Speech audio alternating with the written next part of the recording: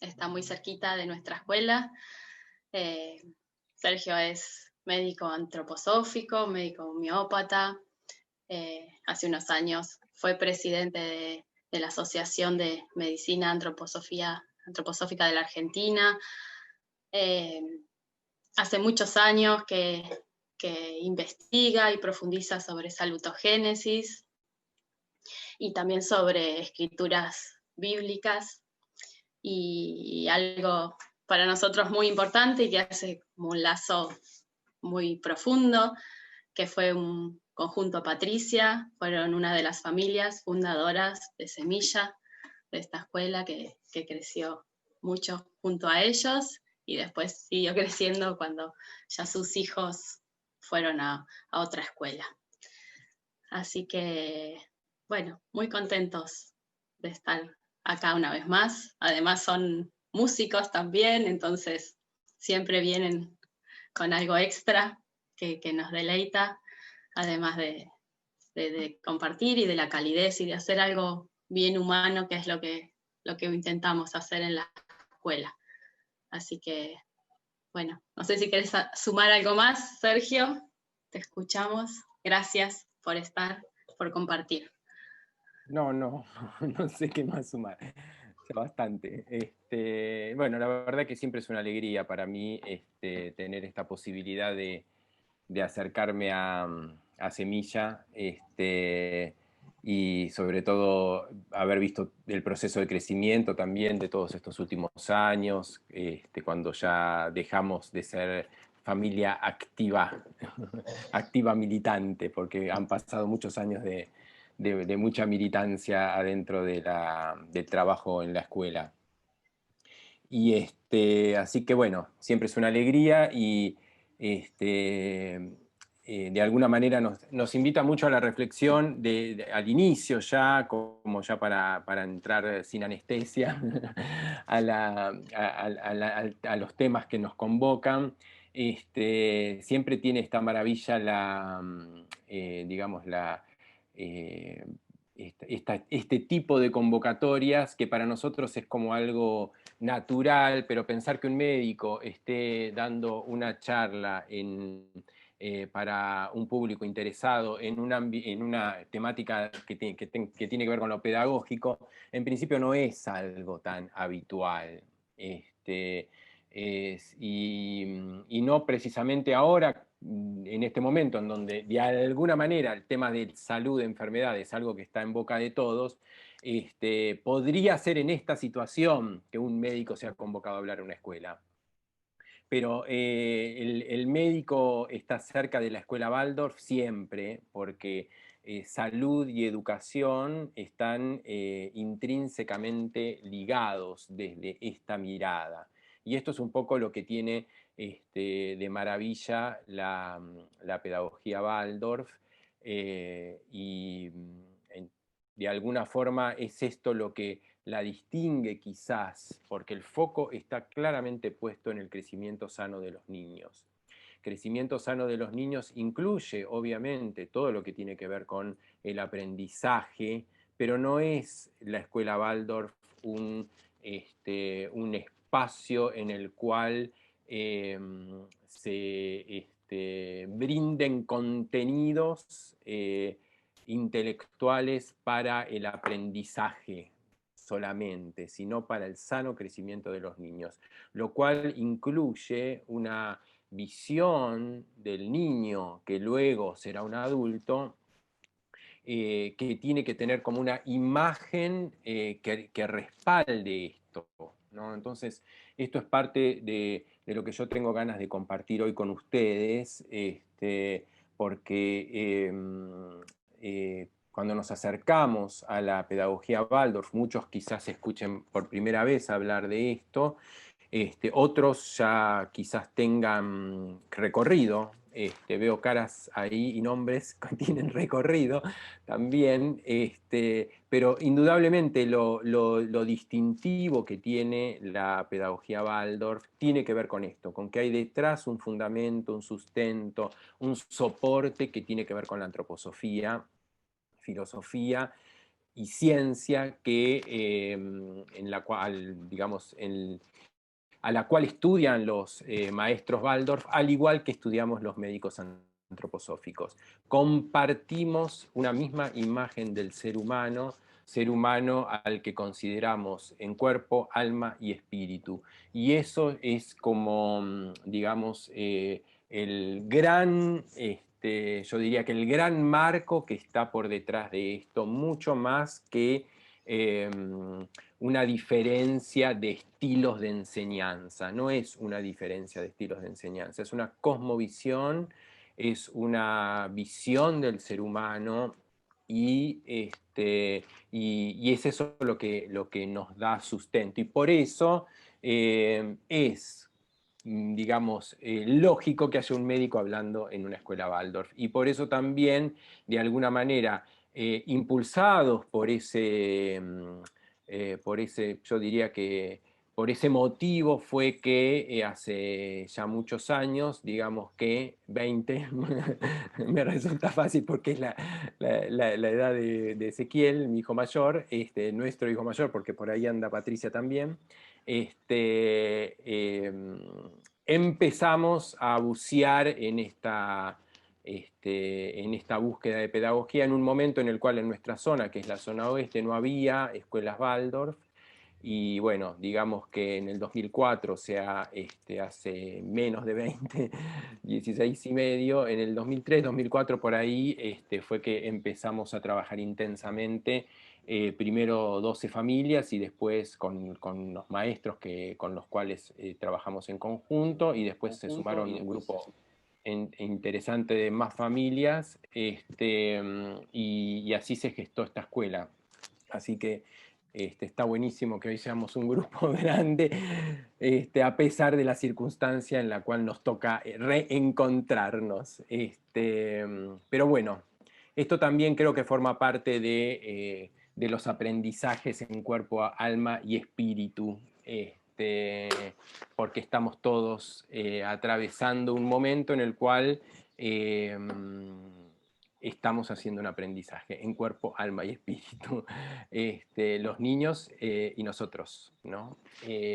Así que bueno, esto es un poco la introducción de esta charla, que yo ahora voy a compartir la pantalla, porque yo elegí para iniciar una frase de Rudolf Steiner. ¿Puedo decir algo, Sergio? Una Sí, cosita Carla, nomás. ¿cómo no? Nada, que si surgen preguntas a lo largo de la charla, si las pueden escribir en el chat y después al finalizar la charla las iremos leyendo. Puede ser para que no interrumpir el desarrollo de la charla. Gracias. Claro, sí, sí, buenísimo, Carla, gracias. Sí, digamos, la idea es que cierro la charla y después va a quedar un espacio y sin límite como para responder preguntas y demás. Capaz que algunas las puedo responder yo, capaz que algunas las puede responder algún docente. Bueno, vemos después el contenido. Pero está buenísimo que la vayan anotando en el chat. Yo no las voy a ir leyendo igual. Bueno, entonces un poco les quería introducir la charla con una frase de Rudolf Steiner, que la verdad que me pregunté mucho antes de empezar a preparar esta charla, cuál era el contenido apropiado, ¿no? Entonces, la verdad que este título, La pedagogía Waldorf como portal de la salutogénesis, es un título que ya me ha acompañado en otras charlas, inclusive en Semilla también, y en otras escuelas o en otros espacios en donde me han convocado, porque justamente el leitmotiv tiene que ver con un encuentro entre la pedagogía Waldorf y la salutogénesis, de la cual vamos a hablar ahora en un ratito. Pero a mí me parece importante, como parte también de la convocatoria, que podamos hacer como una reflexión que tenga que ver con el momento actual que nos toca atravesar.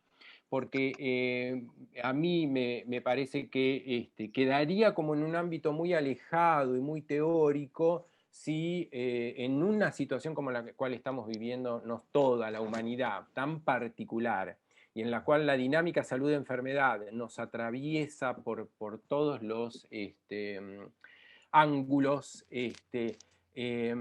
digamos, excluir esa temática para dar un contenido teórico, realmente me parece que puede llegar a ser nutricio en un aspecto, pero me parece que desconoceríamos un poco algo que nos está atravesando a todos, y esos son las verdaderas fuentes de aprendizaje, creo yo. Y por eso elegí una frase de Rudolf Steiner que precisamente, para iniciar esta charla, que precisamente habla exactamente de eso. Y yo la voy a leer. Rudolf Steiner es, digamos, quien trajo al mundo la antroposofía y también la pedagogía Waldorf. Antroposofía como sabiduría del hombre, como conocimiento que nos brinda unas bases sólidas sobre las cuales estructurar nuestro saber como un corpus de conocimiento para que desde allí nosotros podamos comprender al ser humano en su relación consigo mismo, con la tierra, con el cosmos. Y así trabajamos los médicos antroposóficos, y así se trabaja en la pedagogía Waldorf, y así se trabaja en la agricultura biológico-dinámica, y así en las distintas terapias que acompañan a la antroposofía, y que nutren también la medicina, y así en la euritmia, y todos los campos que rodean a la antroposofía están nutridos por esta misma imagen del ser humano. Entonces, Steiner dice en esta frase que elegí lo siguiente, la voy a leer despacito. La ciencia espiritual, o sea, la antroposofía, ha sostenido siempre que la sabiduría humana tiene algo que ver con la experiencia, y especialmente con las experiencias penosas. Todo aquel que se debate en los brazos del dolor manifiesta en ese sufrimiento una falta de armonía interna. Y todo aquel que se sobrepone al sufrimiento y al dolor lleva en sí sus frutos, y siempre afirmará que mediante esos sufrimientos ha adquirido cierta sabiduría. Ay, perdón, me fui para el otro lado. Sigue la frase. Las alegrías y los placeres de la vida, todo cuanto la vida pueda ofrecerme en satisfacciones, todas esas cosas las recibiré agradecido. Pero sin embargo, más me disgustará olvidar mis dolores y sufrimientos pasados que verme privado de esos agradables dones de la vida, porque a mis dolores y sufrimientos es a quienes debo mi sabiduría. Y de esta manera es como la ciencia oculta, acá nuevamente se refiere a la antroposofía o a la ciencia espiritual o a los saberes ocultos, ha reconocido que la sabiduría es lo que podría llamarse sufrimiento cristalizado, dolor que ha sido conquistado y que por consiguiente se ha transmutado en su opuesto. Es tremenda esta frase. Yo sé que estamos en viernes a la noche y que tenemos hijos pequeños y que tratamos de que nuestra vida esté rodeada por alegrías y, digamos, por una visión que tenga que ver con lo constructivo, el crecimiento y demás. Pero fíjense cómo Steiner nos hace un llamado de atención aquí, poniéndonos como nosotros elegiríamos en caso de atravesar situaciones de dolor y sufrimiento a estos como fuente de sabiduría más que a las alegrías y los placeres de la vida. Y realmente es una frase que a mí me parece muy apropiada para acompañarnos en este momento, porque estamos en un momento y en una situación cuya explicación intelectual se agota apenas empezamos a intentar realizarla, porque realmente desconocemos mucho de lo que nos está tocando vivir, ¿sí? Pero lo que no podemos desconocer es que esta situación está permeada por dolor y sufrimiento, porque hay pérdidas de seres queridos, de amigos, porque hay sufrimiento, porque hay dolor, porque hay enfermedad, porque hay gente que la está pasando muy mal, porque hay, digamos, disminución de las posibilidades económicas, porque nuestros hijos no están yendo a la escuela, porque no nos estamos encontrando con nuestros familiares, porque no queremos estar distanciados de aquellos que están cerca nuestro y tenemos que estar distanciados, etcétera, etcétera, etcétera. Es decir, es una situación no elegida, digamos, no elegible aparentemente, ¿no? Y Steiner nos trae, sin embargo, que estos dolores, estos sufrimientos se transmutan en sabiduría. Y ustedes fíjense que yo traje aquí estas dos características que tienen que ver con el título de esta charla. La pedagogía Waldorf surge en el año 1918-19, cuando termina la Primera Guerra Mundial. Allí Steiner recibe el pedido de crear una escuela Waldorf para los hijos de los obreros de una fábrica, ¿no? Es muy importante que tengamos en cuenta esto, que es el origen de la pedagogía Waldorf, el momento de la humanidad en el cual aparece esta modalidad de enseñanza. Nos puede llevar a una pregunta: ¿por qué después de una situación de guerra aparece esta necesidad? Y la salutogénesis, menos conocida para nosotros, de la cual vamos a charlar un poquitito ahora, surge como consecuencia de el Holocausto de antes de mitad del siglo XX también. Porque la persona que yo ahora les voy a presentar, que se llama Aaron Antonovsky, que fue quien trajo al mundo la salutogénesis como un término en principio, como una palabra, génesis de la salud, trajo este paradigma o este intento de manera de mirar la realidad del ser humano y de la dinámica de la salud y enfermedad, a partir de un estudio que él realizó sobre mujeres sobrevivientes del Holocausto. Cómo esas mujeres sobrevivientes del Holocausto vivían su sintomatología vinculada con la menopausia y con el climaterio. A partir de este estudio, en el cual él se sorprendió de que mujeres que habían sufrido situaciones terribles de pérdida, de dolor físico y digamos, de lo peor que puede sufrir un ser humano, mujeres que habían sufrido esto en su estudio estadístico, porque él era un sociólogo especializado en temas médicos, a pesar de eso, llegado la época, digamos, del climaterio, de la menopausia, había datos estadísticos que a él le mostraban que estas mujeres no tenían mayor cantidad de síntomas que aquellas personas que no habían pasado por estas situaciones. Con lo cual, a él le llevó a hacerse una gran pregunta, que es lo que se llama la pregunta salutogénica, que es: ¿de qué depende que una persona tenga mayor tendencia a la salud o no? Esta es lo que él le llamó la pregunta salutogénica.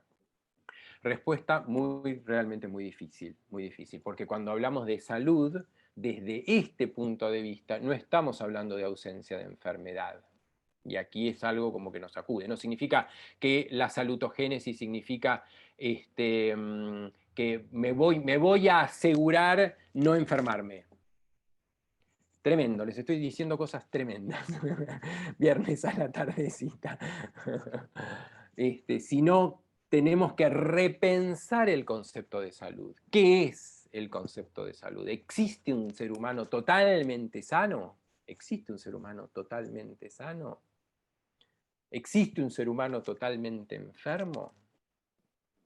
¿O será que conviven en nosotros salud y enfermedad todo el tiempo y por momentos estamos más sanos y por momentos estamos más enfermos? Bueno, precisamente esto es lo que nos dice la salutogénesis, que en nuestro ser conviven tendencias saludables y tendencias enfermantes. También lo dice la antroposofía. Aquí les traje entonces, para aquellos que no lo conocen, a Rudolf Steiner, 1861-1925, y a Aaron Antonovsky, que no conocía, o por lo menos no expresó en ninguno de sus escritos conocer nada sobre la antroposofía, porque la salutogénesis no es un paradigma que tenga vinculación original con la antroposofía. y eso me parece que lo que le da un tinte interesante para nuestros fines. Entonces, yo en primer lugar quería como para... ¿vamos bien, Carla? Se va entendiendo? Cualquier cosa me frenan, ¿eh? Porque a veces pongo primera y avanzo y Sí, sí, me dicen, ¿sí? dale, sí, sí, muy bien. Este, yo les traje en primer lugar, entonces, como para compartir, luego de esta frase, una especie de dinámica con la cual convivimos los médicos y que también todos conocen, ¿no? Que tiene que ver con estas imágenes que están frente a nosotros y que las van a ver repetidas veces en la charla de hoy. Me acompañan a mí desde hace muchos años y fueron realizadas por Camilo, que fue maestro de Semilla Dorada, era maestro, euritmista y artista, y acompañó una etapa importante de Semilla Dorada. Camilo falleció hace no sé cuántos años, pero bastantes, ¿no? Carla, ¿vos te 10, acordás más o menos? 10 10, años, 10 en el años, sí, 2010 fue. 2010, sí, sí. Y él me legó estas imágenes que me acompañan siempre.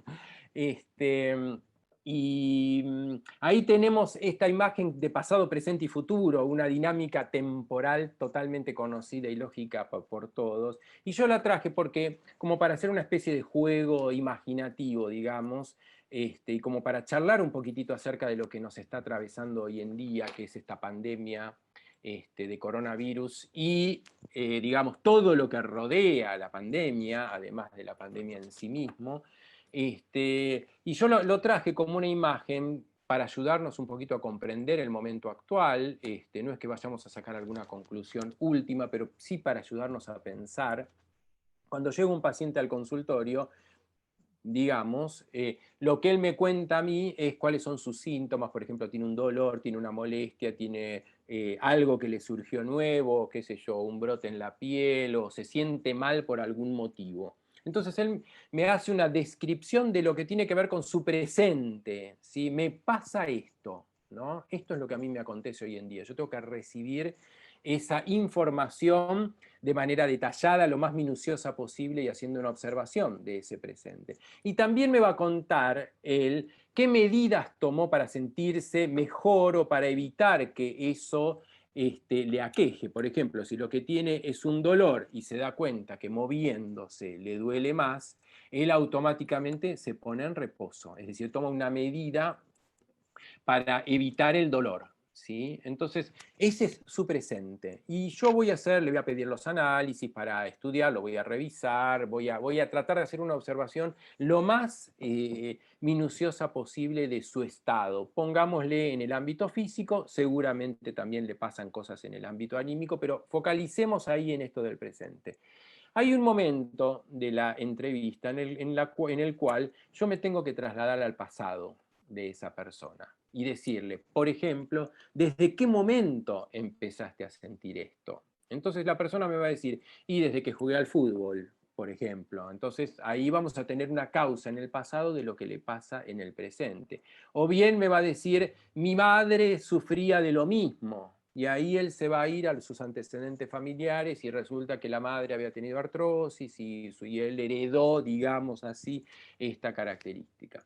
Entonces nosotros tenemos que en ese ámbito del pasado vamos a encontrar lo causal de lo que acontece hoy en el presente. Tenemos que hacer este recorrido presente hacia el pasado.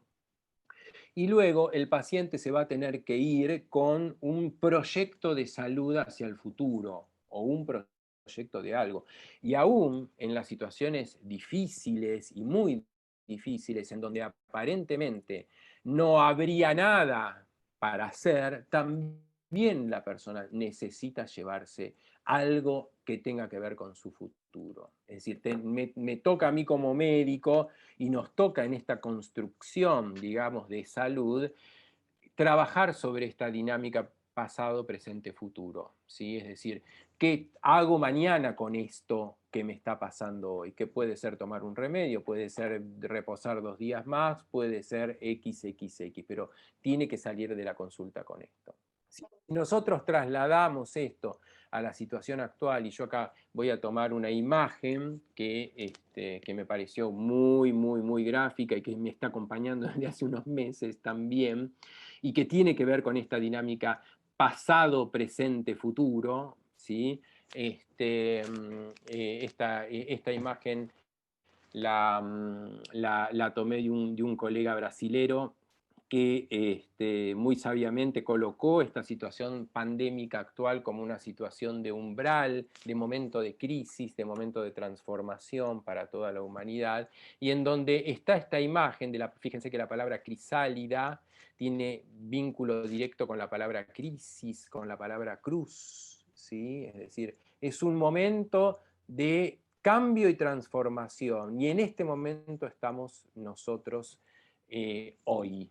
¿Sí? Este es el momento que estamos atravesando. Entonces, frente a esto, también tenemos que hacer el mismo juego dinámico que les comentaba yo hace un ratito. Tenemos que preguntarnos qué pasaba antes de que surgiera esta situación en la humanidad. Esta es la gran pregunta, creo yo, que nos puede llegar a permitirnos comprender esto que hoy en día estamos padeciendo. Después vamos a ver si tiene o no importancia que nosotros, y si tiene o no importancia en el acompañamiento de nuestros hijos, que nosotros tengamos esto presente.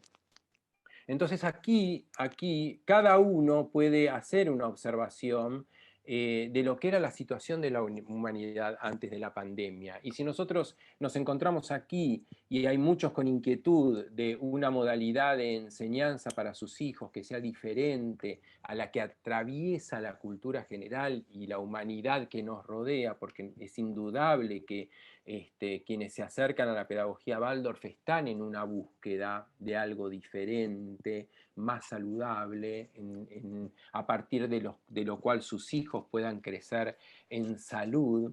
Seguramente conocen, por ejemplo, solamente en el ámbito de lo que tiene que ver con el aprendizaje en sí, dónde estaba puesto el acento antes de que nos atravesara esta situación que nos detuvo, que nos frenó. ¿Sí? Y podría nombrar todas las áreas donde el ser humano tiene participación, desde las desigualdades económicas, desde el descuido del prójimo, desde el descuido y el maltrato de la tierra, desde el intoxicar la tierra hasta límites insospechados, descuidándonos como humanidad, pero de manera, digamos, alevosa, me animaría a decir, el maltrato al reino animal, el descuido del prójimo, el, digamos, desconocimiento de aquel que sufre, etcétera, etcétera, etcétera, en donde de alguna manera formamos parte y nos toca formar parte de una humanidad atravesada por un gran proceso de deshumanización. Esto es lo que de alguna forma en los últimos siglos de la humanidad nos muestran como fenómeno increyendo, y que desde nuestro punto de vista antroposófico le podemos llamar una intensificación del materialismo como eje de la vida humana, ¿sí? Y yo lo veo en la práctica de la consulta, en mis 20 y pico de años de médico, en donde realmente se ha producido una intensificación de determinado tipo de patologías que tienen que ver con esta característica que nos acompaña. Por ejemplo, cuando yo empecé mi ejercicio profesional, era muy raro que un paciente tomara un antidepresivo, digamos, que es una droga pesada, digamos, y con muchos efectos adversos y demás. Hoy en día es pan de todos los días, como para dar un ejemplo, ¿no? Un solo ejemplo. Y cada uno puede observar en su área, digamos, cómo esta intensificación del materialismo y un determinado tipo de vida, que por más que nosotros elijamos o podamos observar esto, pertenecemos a esa misma humanidad, porque es nuestro presente esa misma humanidad. Yo me acuerdo que hace 2 años me tocó ir, porque en ese momento era presidente de la Asociación Médica Antroposófica, me tocó ir a Dornas, que es donde está el centro de la medicina, de la antroposofía en general, al Goetheanum, y me llamó la atención algo, que es que yo miraba el cielo y no hubo un solo día en donde yo pudiera ver que el cielo no estaba atravesado por estas líneas que dejan los aviones, ¿no? No hubo un solo, lo intenté, de noche, de día, en todo momento miraba el cielo y quería ver el cielo cielo, sin esas líneas de los aviones. En ese momento pensé, no, siguen estando, Carla, los cielos de semilla, las fotos de los cielos de semilla.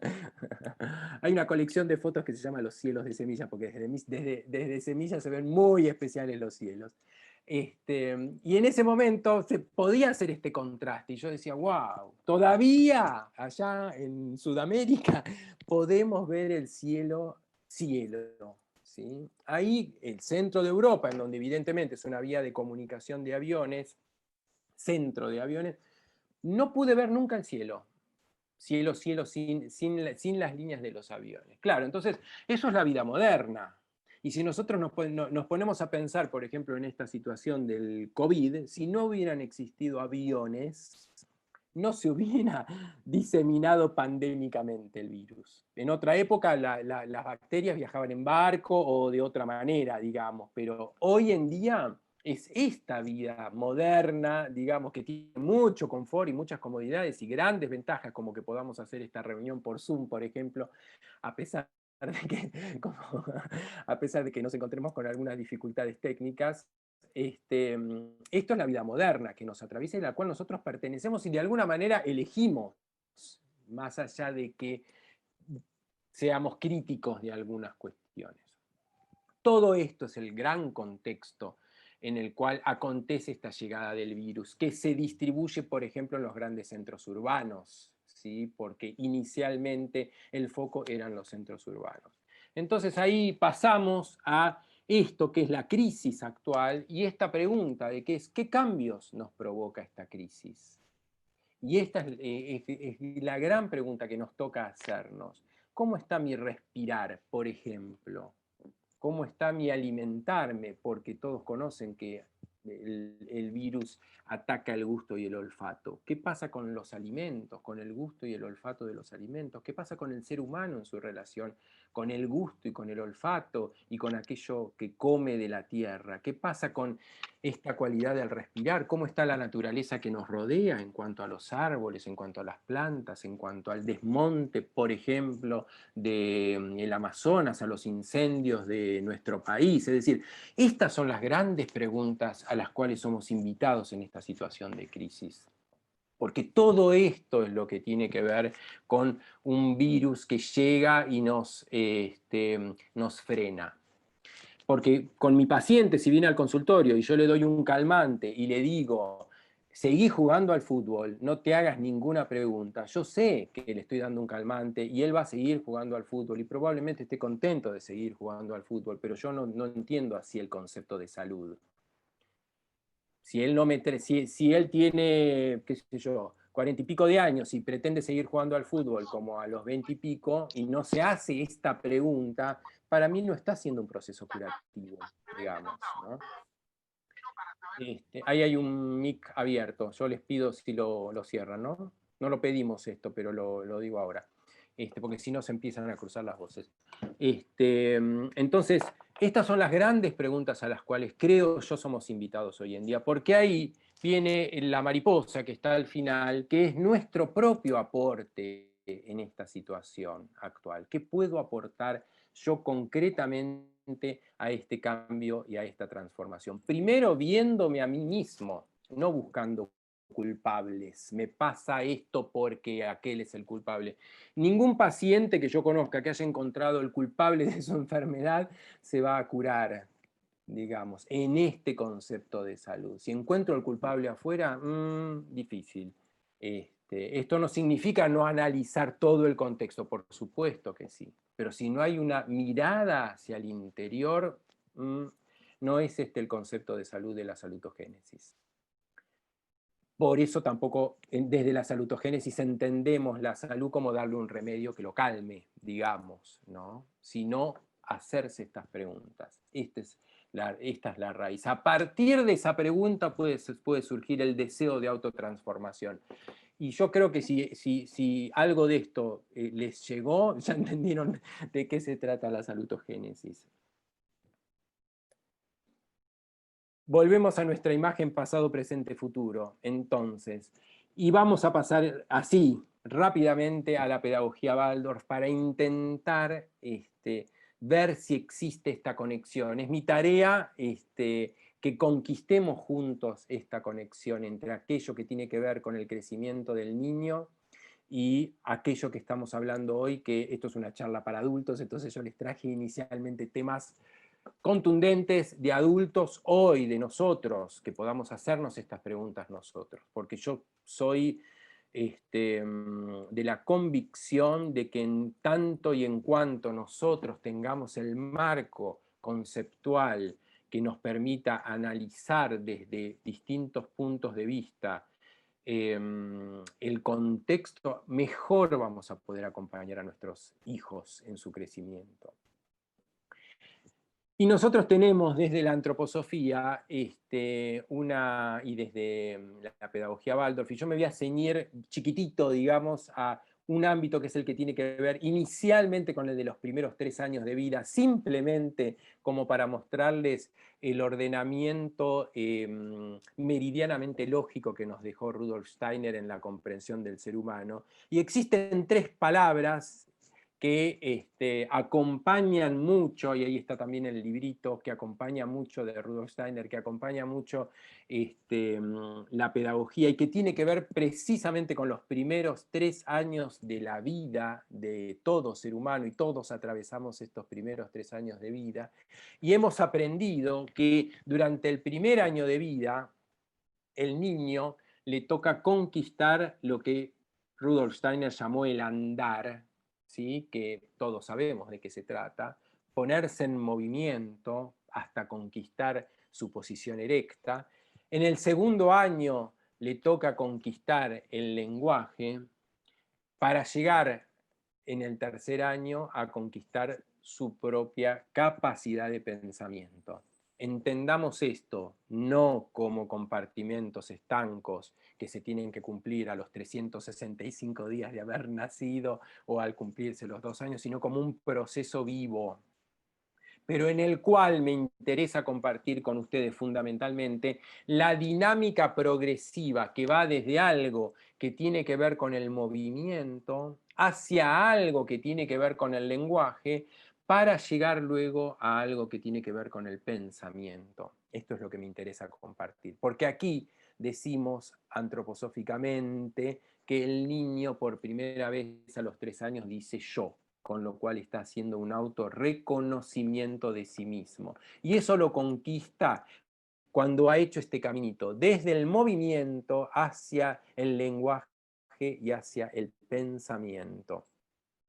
Y lo coloqué aquí con esta otra imagen que va de abajo hacia arriba, porque quiero compartir con ustedes que existen en todos nosotros seres humanos, pero en el niño de los primeros 3 años de vida existen una fuerza interior poderosa. Steiner la comparó con la fuerza de los volcanes. La fuerza de la voluntad del niño la comparó con las fuerzas de los volcanes, esta fuerza que le permite desde su interior ponerse de pie. Si nosotros hacemos un ejercicio imaginativo, y muchos de los que están acá tienen hijos y o están viendo o han visto este proceso, esa fuerza interior que lleva al niño a conquistar su posición erecta, esa fuerza interior que le lleva a tratar de desarrollar el lenguaje, y aquello que le permite desarrollar el pensamiento. Esto viene desde abajo hacia arriba como un impulso poderoso, misteriosamente poderoso, ¿sí? Obviamente, a partir del contexto apropiado que la familia y quienes rodeen al niño le permitan para desarrollar este contexto apropiado, estas cualidades.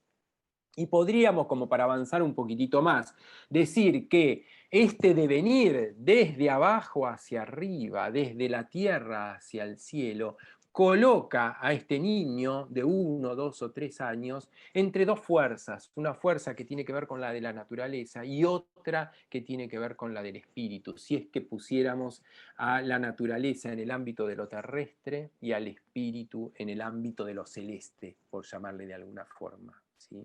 Y esto es parte de esta cosmovisión que tenemos cuando decimos que estamos hablando de una ciencia que incluye cuerpo, alma y espíritu, porque somos seres espirituales, a priori entendemos esto de nosotros, hay un ser interior que vive en nosotros, ¿sí? Y es aquel que nos hace ponernos de pie. Podemos jugar con las palabras, me gustó esto, algunas de estas cositas las hice esta mañana tempranito, así que son estreno exclusivo para Semilla Dorada, otras no, pero esta sí, por ejemplo. Me gustó esto de pensar que en realidad las cosas no son tan estáticas y podemos poner el espíritu de la naturaleza y observar cuál es el espíritu que vive en la naturaleza, porque detrás de las plantas que nos rodean existe el espíritu de la naturaleza.